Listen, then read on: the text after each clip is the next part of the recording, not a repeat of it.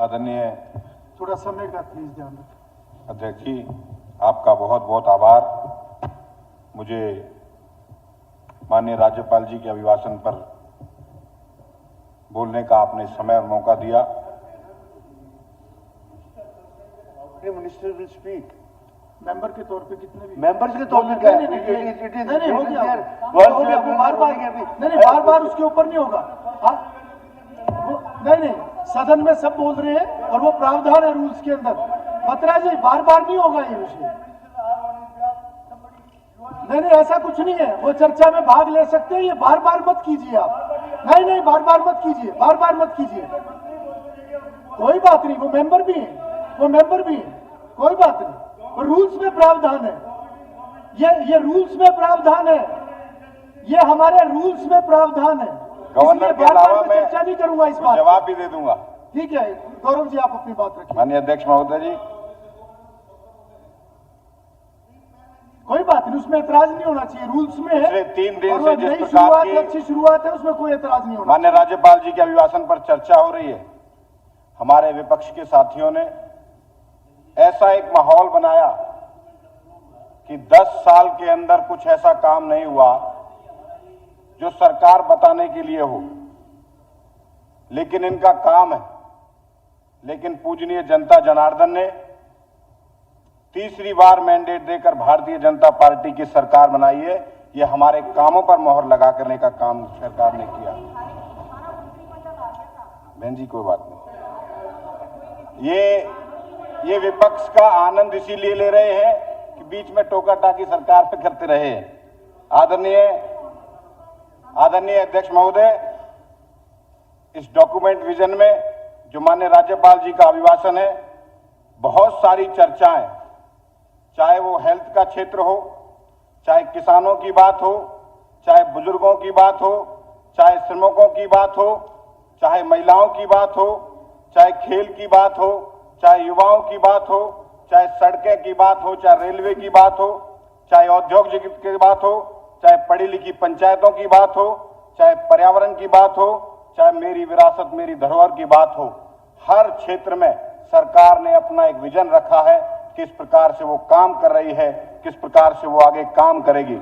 मैं तो युवा खेल मंत्री होने के नाते कुछ चीजें आपके बीच में समय की कमी दिया आपने, लेकिन कुछ चीजें युवाओं के बारे में और खेल के बारे में बहुत यहां पर बोली गई है कि खेल में ये हो रहा है, इंफ्रास्ट्रक्चर नहीं है, कैश अवार्ड नहीं दिए जा रहे। लेकिन मैं यहां पर सभी सदन को बताने के लिए कि हमारी सरकार की खेल नीति पूरी देश में, पूरी इस बात को दूसरे प्रदेश भी हमारी खेल नीति को जो माननीय नायब सिंह मुख्यमंत्री जी के नेतृत्व में चल रही है, उसको ले जाकर वहां पर इंप्लीमेंट कर रहे हैं। मैं बहुत कुछ नहीं, लेकिन सुन रहा था कि 2014 के बाद कुछ नहीं हुआ, लेकिन कुछ आंकड़े मैंने 2014 के बाद और 2014 से पहले के लिए निकाले हैं। माननीय अध्यक्ष महोदय, हमारी बहन पूछ रही थी कि 2000 हमारे कैश अवार्ड्स के बारे में मैं पहले भी हमारे माननीय सदस्य को बता चुका था कि 2014 से पहले कैश अवार्ड 38 करोड़ रुपए 10 साल के अंदर दिए गए थे, और हमारी सरकार ने 2014 से और 2024 तक 592 करोड़ रुपए कैश अवार्ड खिलाड़ियों को देने का काम किया है।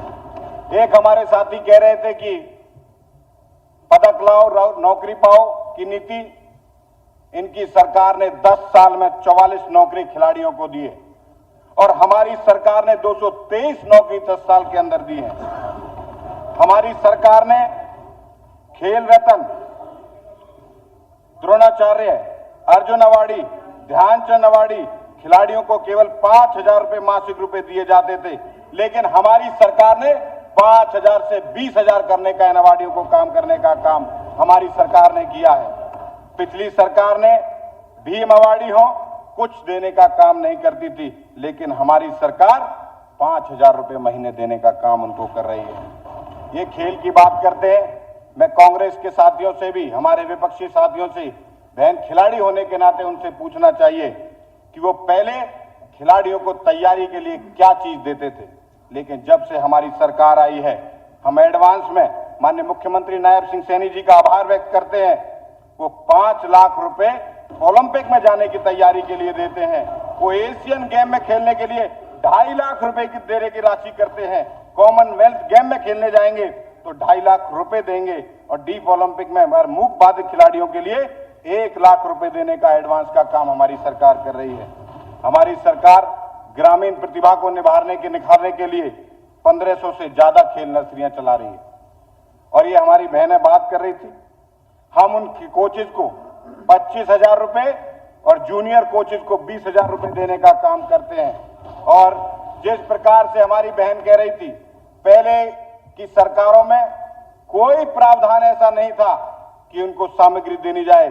जब से हमारी सरकार आई है, वॉलीबॉल हो, फुटबॉल हो, बास्केटबॉल हो, हैंडबॉल हो, बॉक्सिंग हो, जूडो हो, क्रिकेट जैसी इत्यादि सामग्री उपलब्ध कराने का काम हमारी सरकार कर रही है। ये हमारी पॉलिसी की ताकत है, जो हमारे साथी, हमारे खिलाड़ी भी बहुत उत्साहित हैं, बहुत ऊर्जावान हैं। वो देश और दुनिया में हमारा नाम रोशन कर रहे हैं। लेकिन मैं एक बात और आपके ध्यान में लगाना चाहता हूं माननीय अध्यक्ष जी, इस सदन के माध्यम से, पिछले 10 साल का बजट 921 करोड़ रुपए था जो कांग्रेस की गवर्नमेंट थी, लेकिन वर्तमान सरकार का बजट 10 साल में 3791 करोड़ रुपए है। तो कम 4 गुना से ज्यादा 10 साल के अंदर हमने बजट बढ़ाने का काम किया है। वर्तमान सरकार ने, पहले की सरकार ने कोई खिलाड़ियों के लिए ना स्पोर्ट्स यूनिवर्सिटी का कोई प्रावधान था, ना कोई जिलों में स्पोर्ट्स स्कूल खोलने का प्रावधान था। लेकिन हमारी सरकार एक वर्ल्ड क्लास यूनिवर्सिटी खोलने के लिए जा रही है। पिछली सरकार में 5 करोड़ रुपए कैश अवार्ड मिल जाएगी, जल्दी खोली जा रही है। आप देखना, उसकी बिल्डिंग जल्दी खड़ी हुई आपको दिखाई देगी और देश और दुनिया की सबसे बहुत बड़ी यूनिवर्सिटी आपके सामने खिलाड़ी करके देंगे। माने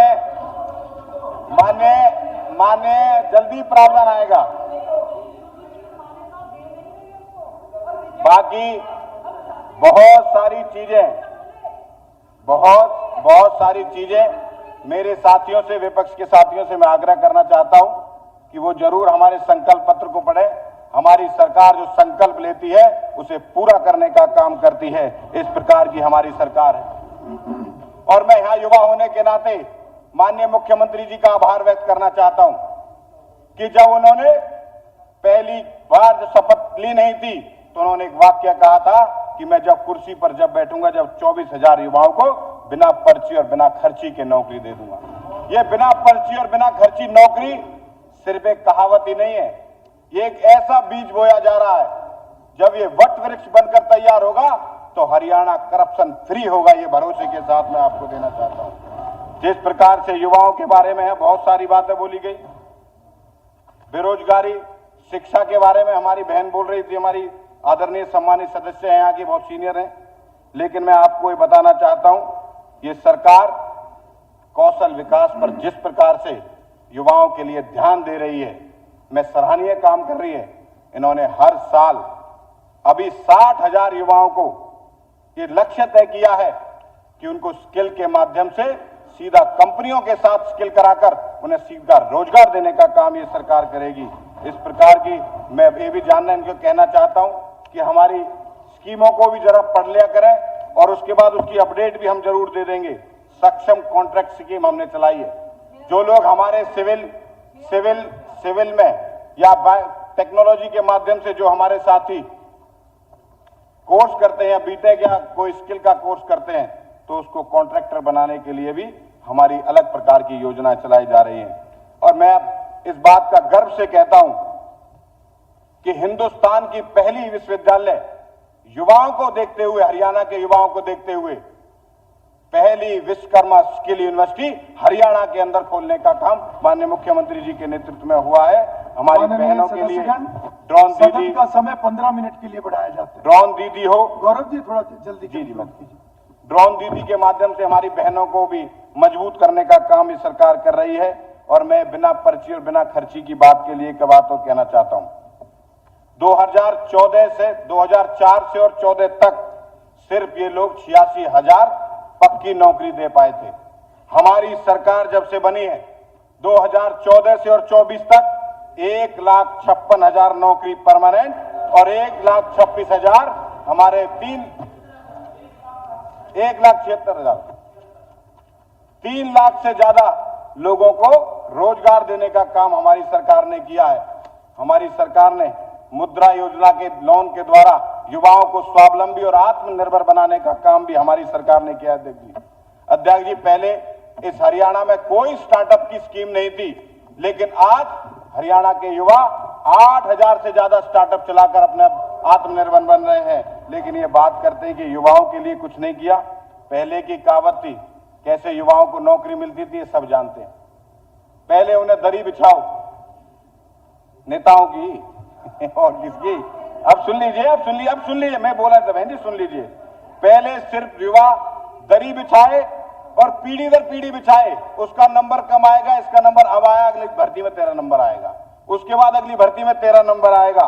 और ये किस क्षेत्र का हो, किस जिले का हो, आफ्ताब जी आपके में नहीं लगी, आप बैठ जाओ। गौरव जी कंक्लूड कीजिए प्लीज। इन्होंने सिर्फ युवाओं को, नौकरियों को राजनीतिक हथियार बनाने का काम किया। लेकिन हमारी सरकार ने युवाओं को प्रतिभा के आधार पर, उनके कौशल के आधार पर नौकरी देने का काम हमारी सरकार ने किया है। एक कहावत है, एक पढ़ोगे लिखोगे बनोगे नवाब, एक कहावत हम बचपन से सुनते आ रहे हैं, लेकिन वो इस सरकार में चरितार्थ होती नजर आ रही है। जब गरीब का बच्चा भी एसडीएम लगता है, जब गरीब का बच्चा भी डीएसपी लगता है, पढ़ोगे लिखोगे बनोगे नवाब, इस प्रकार की ये नीति हमारी सरकार ने चलाई हुई है। मैं बहुत सारी बातें हैं कहने के लिए कि किस प्रकार से इनके नेता किस प्रकार से नौकरियों के लिए कहते थे 50 वोट लाओ नौकरी पाओ, ऐसी स्कीम चलाने वाले थे। लेकिन हरियाणा की जनता जनार्दन ने इनको इधर बैठाने के लिए मजबूर कर दिया और भारतीय जनता पार्टी की 30 बार की सरकार बनाई है। मैं आदरणीय अध्यक्ष जी आपका बहुत बहुत आभार व्यक्त कर रहा हूं, आपने मुझे मौका दिया। अगर हमारी बहन माननीय सदस्य बहन विनेश फोगाट जी बता रही थी मैंने कैश अवार्ड का कहेंगी, तो मेरे पास मोबाइल में है, मैं हर साल का जितना इनका कांग्रेस गवर्नमेंट का 1 साल का बजट अलग से डेटा दे दूंगा इनको। जी के जो भी इशू है अलग और से अगर कोई रहते हैं तो मैं इनकी मदद के लिए भी तैयार हूं। धन्यवाद।